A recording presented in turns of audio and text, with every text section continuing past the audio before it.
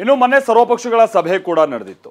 ಆ ಸಭೆಯಲ್ಲಿ ಏನಾಯ್ತು ಅನ್ನುವಂಥದ್ರ ಮಾಹಿತಿಯನ್ನ ಕೇಂದ್ರ ಸರ್ಕಾರ ಕೊಡೋದ್ರ ಜೊತೆಗೇನೆ ಮುಂಬರುವಂತಹ ದಿನಗಳಲ್ಲಿ ಸೇನೆಯ ಕಾರ್ಯಾಚರಣೆ ಏನಿರುತ್ತೆ, ಕೇಂದ್ರ ಸರ್ಕಾರದ ಕ್ರಮಗಳೇನಿರುತ್ತೆ ಪಾಕಿಸ್ತಾನದ ವಿರುದ್ಧವಾಗಿ ಅನ್ನುವಂಥ ವಿಚಾರ ಚರ್ಚೆ ಆಗಿದೆ. ಹೌದು, but at the same time ಕೇಂದ್ರದ ನಿರ್ಲಕ್ಷ್ಯ ಏನಿದೆ, ಗುಪ್ತಚರ ಮಾಹಿತಿ ಯಾಕೆ ನಮಗೆ ಲಭ್ಯ ಆಗಲಿಲ್ಲ, ನಿಮ್ಮ ವೈಫಲ್ಯ ಏನು ಅನ್ನುವಂಥ ಪ್ರಶ್ನೆಗಳು ಕೂಡ ಉದ್ಭವವಾಗಿದೆ. ಆ ಸಂದರ್ಭದಲ್ಲಿ ತಮ್ಮ ವೈಫಲ್ಯಗಳಿಂದಾಗಿನೇ ಈ ರೀತಿಯಂತ ಅನಾಹುತ ಆಗಿದೆ ಅನ್ನೋ ರೀತಿಯಾಗಿ ಕೇಂದ್ರ ಸರ್ಕಾರ ಕೂಡ ಪ್ರತಿಕ್ರಿಯಿಸಿತು ಅನ್ನುವಂಥದ್ದು ಗೊತ್ತಾಗಿದೆ. ಹಾಗಾದ್ರೆ ಏನಾಯ್ತು ಮೊನ್ನೆ ಸರ್ವಪಕ್ಷಗಳ ಸಭೆಯಲ್ಲಿ, ಇಲ್ಲಿ ಕೇಂದ್ರದ ವೈಫಲ್ಯ ಏನಿತ್ತು, ಬನ್ನಿ ನೋಡೋಣ. I say to the whole world, India will identify, track and punish every terrorist and their backer. ಪ್ರತೀಕಾರ ಪ್ರತೀಕಾರ ಪ್ರತೀಕಾರ. ಭಾರತದಾದ್ಯಂತ ಕಳೆದ 3 ದಿನಗಳಿಂದ ಕೇಳಿಸ್ತಿರೋದು ಇದೊಂದೇ ಕೂಗು. 26 ಅಮಾಯಕರ ನೆತ್ತರು ಹರಿಸಿದ ನರರಾಕ್ಷಸರನ್ನ ಸಂಹರಿಸಬೇಕು ಅನ್ನೋದೇ 140 ಕೋಟಿ ಭಾರತೀಯರ ಬಯಕೆಯಾಗಿದೆ. ಮೃತಪಟ್ಟ ಅಮಾಯಕರ ಕುಟುಂಬಗಳ ಕಣ್ಣೀರು ಇನ್ನೂ ನಿಂತಿಲ್ಲ. ಈ ಕಣ್ಣೀರಿಗೆ ಉತ್ತರ ಕೊಡೋ ಕಾಲ ಈಗ ಬಂದೇ ಬಿಟ್ಟಿದೆ. 2019ರಲ್ಲಿ ನುಗ್ಗಿ ಹೊಡಿತೀವಿ ಅಂದಿದ್ದ ಮೋದಿ ಆಗ ನುಗ್ಗಿ ಹೊಡೆದಿದ್ರು. ಇದೀಗ ಮತ್ತೆ ವಾರ್ನಿಂಗ್ ಕೊಟ್ಟಿರೋದು ಪಾಕಿಸ್ತಾನಕ್ಕೆ ನಡುಕ ಶುರುವಾಗಿದೆ. From the soil of Bihar, I say to the whole world, India will identify, track and punish every terrorist and their backer. ಪ್ರಧಾನಿ ನರೇಂದ್ರ ಮೋದಿ ಉಗ್ರರ ವಿರುದ್ಧ ಗುಡುಗಿರೋ ಬರೀ ಇದು ಜಸ್ಟ್ ಸ್ಯಾಂಪಲ್. ಪಾಕಿಸ್ತಾನದ ವಿರುದ್ಧ ಕೇಂದ್ರ ಸರ್ಕಾರ ದಿಗ್ಬಂಧನದ ಸಮರವನ್ನೇ ಸಾರಿದೆ. ಒಂದಾದ್ಮೇಲೆ ಒಂದರಂತೆ ನಿರ್ಬಂಧ ವಿಧಿಸುತ್ತಿದೆ. ಗಡಿಗಳಲ್ಲಿ ಸೇನೆಯು ಸನ್ನದ್ಧ ಸ್ಥಿತಿಯಲ್ಲಿ ನಿಂತಿದೆ. ಭಾರತದ ಕ್ರಮಗಳನ್ನ ಕಂಡು ಪಾಕಿಸ್ತಾನ ಪುಕ ಪುಕ ಅಂತಿದೆ. ಪ್ರಧಾನಿ ಮಾತು ಮತ್ತು ಕೇಂದ್ರ ಸರ್ಕಾರ ಇಡ್ತಿರುವ ಹೆಜ್ಜೆ ಈಗ ಪಾಕಿಸ್ತಾನದ ವಿರುದ್ಧ ಯುದ್ಧ ಸಾರುತ್ತಾ ಅನ್ನೋ ಪ್ರಶ್ನೆ ಹುಟ್ಟಿಸಿದೆ. ಹಾಗಿದ್ರೆ ಯುದ್ಧ ಆಗೇ ಬಿಡುತ್ತಾ? ಪಾಕಿಸ್ತಾನದ ವಿರುದ್ಧ ಮೋದಿ ಸರ್ಕಾರ ಹಲ್ಲು ಮಸೀತಿರೋದು ಹೇಗೆ ಅಂತ ತೋರಿಸ್ತೀವಿ. ಅದಕ್ಕೂ ಮುನ್ನ ನಿನ್ನೆ ನಡೆದ ಸರ್ವಪಕ್ಷ ಸಭೆಯಲ್ಲಿ ಕೇಂದ್ರ ಹೇಳಿದ್ದೇನು ತೋರಿಸ್ತೀವಿ ನೋಡಿ.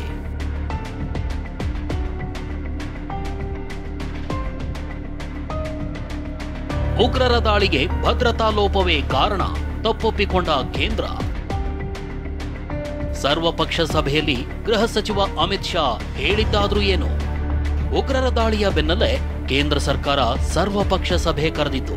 ದೆಹಲಿಯ ಸಂಸತ್ ಭವನದಲ್ಲಿ ರಕ್ಷಣಾ ಸಚಿವ ರಾಜನಾಥ್ ಅಧ್ಯಕ್ಷತೆಯಲ್ಲಿ ಎಲ್ಲಾ ಪಕ್ಷಗಳ ಸಭೆ ನಡೆಸಲಾಯಿತು. ಸಭೆಯಲ್ಲಿ ಕೇಂದ್ರ ಗೃಹ ಸಚಿವ ಅಮಿತ್ ಶಾ, ವಿದೇಶಾಂಗ ಸಚಿವ ಜೈಶಂಕರ್ ಸೇರಿದಂತೆ ಹಲವು ಸಚಿವರು ಇದ್ರು. ಲೋಕಸಭೆ ವಿಪಕ್ಷ ನಾಯಕ ರಾಹುಲ್ ಗಾಂಧಿ, ರಾಜ್ಯಸಭೆಯಲ್ಲಿ ವಿಪಕ್ಷ ನಾಯಕ ಮಲ್ಲಿಕಾರ್ಜುನ ಖರ್ಗೆ ಕೂಡ ಭಾಗಿಯಾಗಿದ್ರು. ಒಟ್ಟು 12ಕ್ಕೂ ಹೆಚ್ಚು ಪಕ್ಷಗಳ ನಾಯಕರು ಸಭೆಯಲ್ಲಿ ಭಾಗವಹಿಸಿದ್ರು. ಸಭೆಗೂ ಮುನ್ನ ಉಗ್ರರ ದಾಳಿಯಲ್ಲಿ ಮಡಿದವರಿಗೆ 2 ನಿಮಿಷಗಳ ಮೌನಾಚರಣೆ ಮೂಲಕ ಶ್ರದ್ಧಾಂಜಲಿ ಸಲ್ಲಿಸಲಾಯಿತು.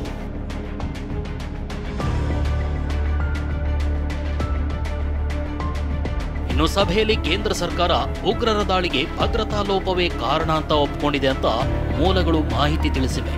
ವಿಪಕ್ಷಗಳ ನಾಯಕರು ಭದ್ರತಾ ವೈಫಲ್ಯ, ಗುಪ್ತಚರ ಇಲಾಖೆ ವೈಫಲ್ಯದ ಬಗ್ಗೆ ಪ್ರಶ್ನಿಸಿದ್ದಾರೆ. ಈ ವೇಳೆ ಕೇಂದ್ರ ಗೃಹ ಸಚಿವ ಅಮಿತ್ ಶಾ ಏನೂ ತಪ್ಪಾಗಿಲ್ದಿದ್ರೆ ನಾವಿಲ್ಲಿ ಯಾಕೆ ಕುಳಿತುಕೊಳ್ತಿದ್ವಿ ಅಂತ ಹೇಳಿದ್ದಾರೆ ಎನ್ನಲಾಗಿದೆ. ಭದ್ರತೆಯಲ್ಲಿ ಲೋಪವಾಗಿದೆ, ಏನೂ ತಪ್ಪಾಗಿಲ್ಲದಿದ್ದರೆ ನಾವು ಇಲ್ಲಿ ಏಕೆ ಕುಳಿತುಕೊಳ್ಳುತ್ತಿದ್ದೆವು? ಎಲ್ಲೋ ಕೆಲವು ಕಡೆ ಲೋಪಗಳಾಗಿವೆ, ಅದನ್ನ ನಾವು ಕಂಡುಹಿಡಿಯಬೇಕು. ಹೀಗೆ ಭದ್ರತಾ ಲೋಪವಾಗಿರುವ ಬಗ್ಗೆ ಅಮಿತ್ ಶಾ ಒಪ್ಪಿಕೊಂಡಿದ್ದಾರೆ ಅಂತ ಮೂಲಗಳು ತಿಳಿಸಿವೆ. ಸಭೆ ಬಳಿಕ ಮಾತನಾಡಿರೋ ರಾಜ್ಯಸಭೆ ವಿಪಕ್ಷ ನಾಯಕ ಮಲ್ಲಿಕಾರ್ಜುನ ಖರ್ಗೆ ಕೂಡ ಕೇಂದ್ರ ಭದ್ರತಾ ವೈಫಲ್ಯ ಆಗಿರೋದನ್ನ ಒಪ್ಪಿಕೊಂಡಿದೆ ಅಂದ್ರು. सिक्योरिटी 3 टायर सिक्योरिटी रहती वहाँ, और 3 टायर सिक्योरिटी रहते हुए भी एक ऐसा लैप्स हुआ. 3 दिन में कम से कम 1000 लोग वहाँ गए हुए थे. इतने लोग जाने के बाद भी यही राहुल गांधी जी ने पूछा, 1000 लोग जब वहाँ गए हैं तो इसको पुलिस का पता रहना चाहिए. इतनी संख्या में जब वहाँ गए हैं तो ये सिक्योरिटी लैब्स है, ये सवाल भी उन्होंने उठाया. उसको नेचुरली उनका जो भी रिप्लाई, पहले भी ऐसा होता था, हमने ये किया, लेकिन इस बार हुआ है, लेकिन इसको सब मिलकर कैसा दुरुस्त करना चाहिए उसके बारे में हम आज मिले हैं, वो हम करेंगे।